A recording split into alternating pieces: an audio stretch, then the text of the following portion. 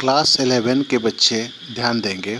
आपका साइंस का जो पहला चैप्टर है, फिजिक्स के पहले किताब का पहला चैप्टर है, chapter 1 physical world. Physical world में आपको जानना है सबसे पहले फिजिक्स है क्या। ठीक है, फिजिक्स जैसे human have always been curious about the world. जानकारी दुनिया है और दुनिया ही जानकारी है, यानी कि नो हाउ, हर कोई चीज़ हम लोग जानने का कोशिश करते हैं। ये एक्लिप्स कैसे होंगे, वोल्केनो इरप्शन का क्या कारण होगा, क्या कारण है कि रेनबो बनता है, ये सारे के सारे सवाल हमारे दिमाग में आते हैं। तो हम लोग शुरू करते हैं। साइंस कहते किसे हैं? द वर्ड साइंस, ये जो साइंस का वर्ड है यह ओरिजिनेट किया है from Latin word scientia. Scientia के मीन्स होता है टू नो। तो साइंस का संस्कृत होता है विज्ञान, विज्ञान विशेष ज्ञान, है ना। एंड अरबिक, जो अरबिक होता है, ठीक है, अरबिक वर्ड इल्म कन्वे सिमिलर मीनिंग। तो इल्म का मतलब ही ज्ञान होता है, namely knowledge. Science is the broad sense, माने ब्रॉड सेंस, ह्यूमन सेंस, ठीक है। Earlier Egypt, India, China, Greece और मेसोपोटामिया सारे जो कंट्री थे contribute to the process. 7th century onward great strides were made in science in Europe. By the middle of 20th century, truly international enterprise with the many cultural countries contribute rapid growth। तो जो आपका यह घटना जो हुई है यह middle 20th century में हुई है और बहुत सारे डेवलपमेंट हुए, बहुत सारे खोजे हुए। What is science?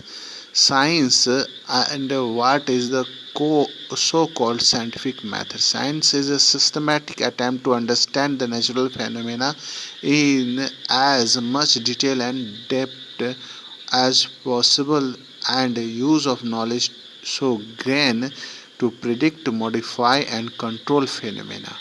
यानी साइंस जो है वह सिस्टमैटिक अटैम्प्ट है अंडरस्टैंडिंग नेचुरल फिनोमेना को समझने के लिए, उसकी गहराई, उसके डिटेल को समझने के लिए, नॉलेज को प्रिडिक्ट करने के लिए, मॉडिफाई करने के लिए, और कंट्रोल फिनोमेना है।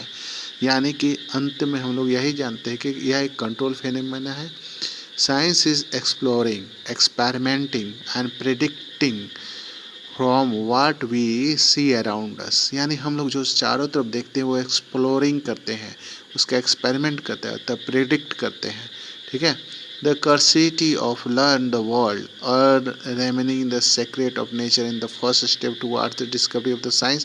The scientific method involves several interconnecting steps. Synthetic observation, ध्यान दीजिएगा, control experiment, qualitative and quantitative reasons, mathematical modeling, prediction and variation of the falsification theories.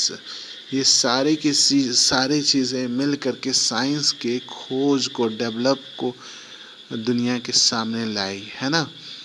और इसके बाद क्या है कि हम लोग उसका बहुत संशोधित रूप ही हम लोग देखते हैं। तो साइंस में आपके interplay theory, observation is the basic process of science. यानी साइंस के हाथ पैर है ऑब्जर्वेशन और एक्सपेरिमेंट।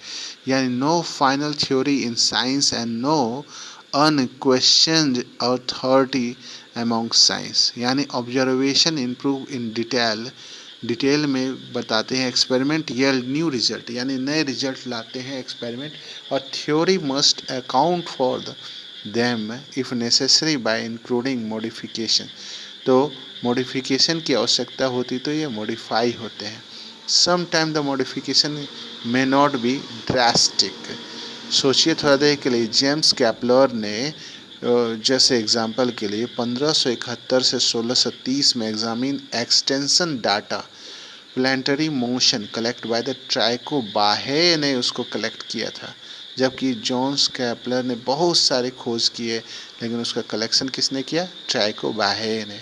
1546 से 1601 तक जो उन्होंने सारे डाटा किए थे इकट्ठे, उनको जॉन कैपलर ने इकट्ठा किया और उन पे प्लानिटरी सर्कुलर ऑर्बिट का हेलिसर्कुलिक थ्योरी दे दिया।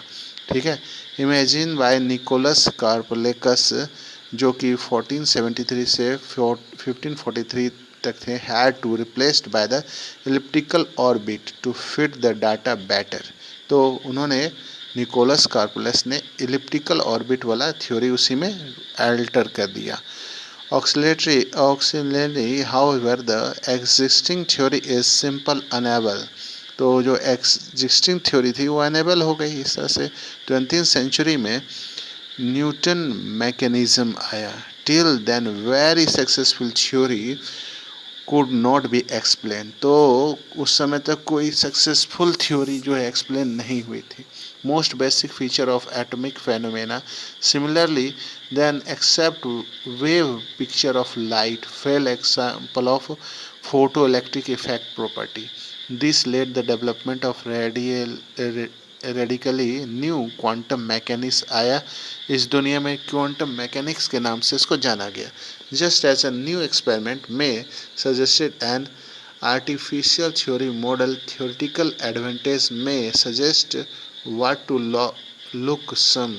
ठीक है, जैसे इनस रदरफोर्ड ने गोल्ड फॉयल में एक्सपेरिमेंट करके इन्होंने न्यूक्लियर मॉडल ऑफ एटम को दुनिया के सामने लाया। फिर नेसेल बोर ने जो 1913 में उन्होंने हाइड्रोजन एटम के साथ आविष्कार करके क्वांटम थ्योरी लाई।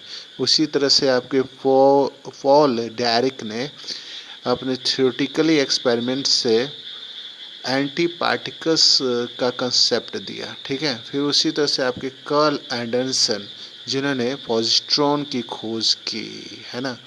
इस तरह से क्या है कि कई सारे खोज और कई सारे एक्सपेरिमेंट मिला करके हमें जो है नेचुरल फेनोमेना यानी प्रकृति में होने वाले बदलाव के बारे में स्टडी करने में काफ़ी मददगार साबित हुई। ठीक है, इस वीडियो को लाइक करें, सब्सक्राइब करें, शेयर करें और नए हैं तो बेल आइकन को ज़रूर प्रेस करें ताकि हम लोग इससे जुड़े हुए अपडेट्स आपको देते रहें। Thank you, have a nice day.